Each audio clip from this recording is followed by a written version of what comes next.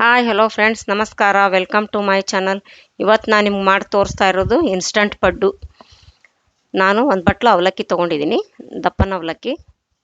ಒಗ್ಗರಣೆ ಮಾಡ್ತಿರಲ್ರಿ ಆ ಅವಲಕ್ಕಿ. ಅದನ್ನು ಒಂದು ಪಾತ್ರೆಗೆ ಹಾಕ್ಕೊಂಡು ಒಂದು 2-3 ಸರಿ ನೀರಿಂದ ಚೆನ್ನಾಗಿ ಕಾಯಿಸ್ಕೊಂಡು ತೊಳ್ಕೊಬೇಕು. ತೊಳ್ಕೊಂಡು ಅವು ನೀರು ತೆಗೆದು ಬೇರೆ ನೀರು ಹಾಕಿಟ್ಟಿದ್ದೀನಿ ಒಂದು ಗ್ಲಾಸ್. ಒಂದು 5 ನಿಮಿಷ ನೆನೆ ಇಡ್ತೀನಿ ಅದನ್ನು. ಅದೇ ಬಟ್ಲದ್ಲೆ 2 ಬಟ್ಲು ರವೆ ತೊಗೊಂಡಿದ್ದೀನಿ. ಅಕ್ಕಿ ರವೆ ತೊಗೊಂಡಿದ್ದೀನಿ ನಾನು.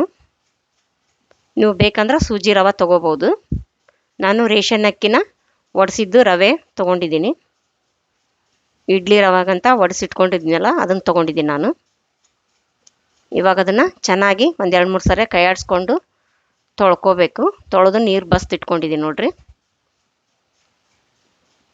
ಒಂದು ಮಿಕ್ಸಿ ಜಾರ್ ತೊಗೊಂಡು ಆ ರವೆನ ಇದಕ್ಕೆ ಹಾಕ್ಕೋತಾ ಇದ್ದೀನಿ.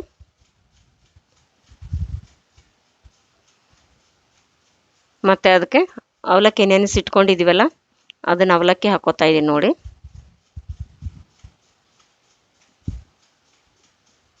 ಹಾಕ್ಕೊಂಡು ಒಂದು ಸ್ವಲ್ಪ ನೀರು ಹಾಕ್ಕೊಂಡು ಕ್ಲೋಸ್ ಮಾಡಿಕೊಂಡು ಸಣ್ಣಗೆ ರುಬ್ಕೋಬೇಕು ನೋಡಿ. ಈ ಥರ ನೈಸ್ ಆಗಬೇಕು. ಇವಾಗ ಅದನ್ನೊಂದು ಪಾತ್ರೆಗೆ ತಗೋತಾ ಇದ್ದೀನಿ.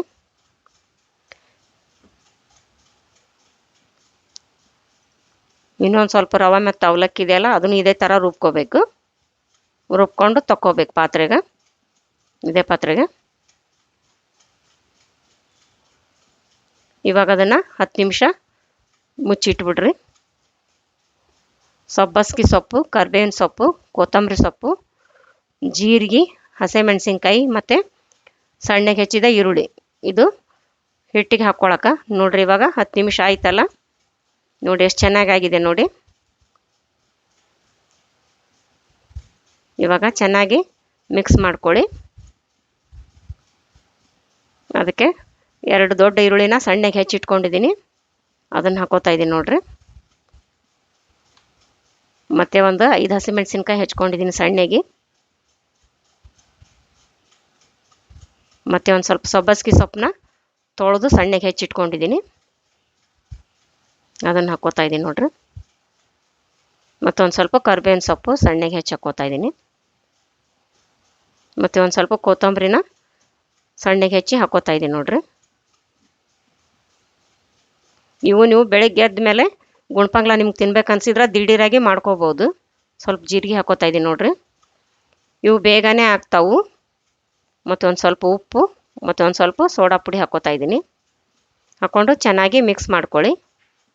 ಹಿಟ್ಟಿನ ಜೊತೆ ಇದೆಲ್ಲ ಚೆನ್ನಾಗಿ ಮಿಕ್ಸ್ ಆಗಲಿ. ನೀವು ಬೆಳಗ್ಗೆ ಲೇಟ್ ಆಗ್ಯದ ಗುಣ್ಪಂಗ್ಲ ತಿನ್ಬೇಕು ಅನ್ಸಿದ್ರೆ ನಿಮ್ಗೆ ದಿಢೀರ್ ಅಂತ ನೀವು ಮಾಡ್ಕೋಬೋದು. ತುಂಬ ರುಚಿಯಾಗಿರ್ತಾವೆ ಮತ್ತು ಬೇಗನೆ ಆಗ್ತಾವು. ಈಗ ಅದಕ್ಕೊಂದು ಸ್ವಲ್ಪ ನೀರು ಹಾಕ್ಕೋತಾ ಇದ್ದೀನಿ ನೋಡಿರಿ.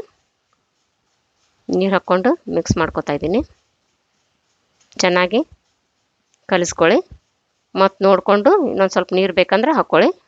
ಒಂದು ಸ್ವಲ್ಪ ಹಾಕ್ಕೋತಾ ಇದ್ದೀನಿ ನೋಡಿರಿ. ಇವಾಗೆಲ್ಲ ಚೆನ್ನಾಗಿ ಬೇಸ್ ಮಿಕ್ಸ್ ಮಾಡಿಕೊಡ್ರಿ. ಈ ಥರ ಹದ ಇರಲಿ ಅದು. ಇವಾಗ ಗ್ಯಾಸ್ ಆನ್ ಮಾಡಿಬಿಟ್ಟು ನಾನು ಹಂಚು ಬಿಸಿ ಮಾಡೋಕೆ ಇಟ್ಕೊಂಡಿದ್ದೀನಿ, ಗುಣ್ಪಂಗ್ಲ ಹಂಚನ್ನ.